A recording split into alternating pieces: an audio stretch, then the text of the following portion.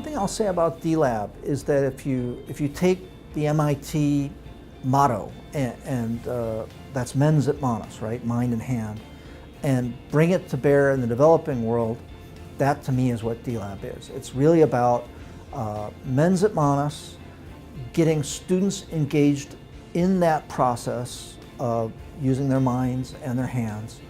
And what we have found is that students at MIT, when they get a taste of this, they have a strong appetite. This is transformational for them, and that's a big part of why it's important. We see the kinds of lights that go on in their heads, and we think that that's worth preserving and worth expanding. There's this new university that has been established in Singapore, Singapore University of Technology and Design. And we worked with the Ministry of Education in Singapore to establish this organization. And one of the things that we wanted for it was for the new university to be research intensive, much in the way that MIT is.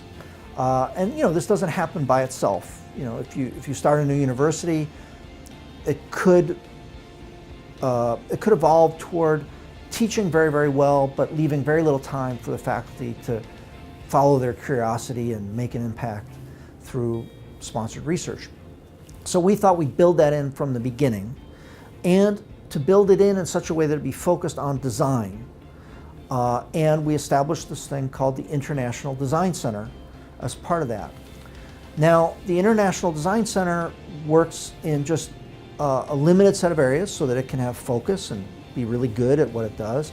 And we picked a few themes in which we would actually implement designs. And one of those was developing world.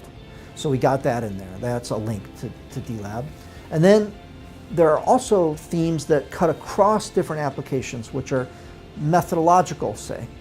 And so we have several of those, and one of those is experimental design. And that's the one that I lead.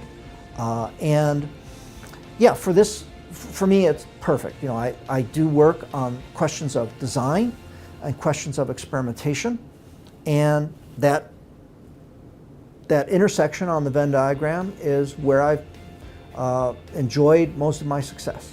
What is being designed? And the answer is anything, really. I mean, it's not obvious, but it is true that there is a field called experimental design.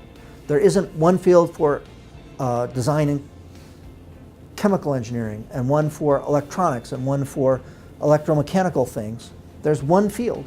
There are certain broad regularities in experiments and how to make a good experiment.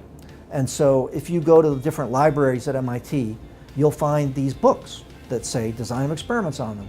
And it's largely the same volumes, whether you go to the engineering library or the science library or even the Dewey Library of Management.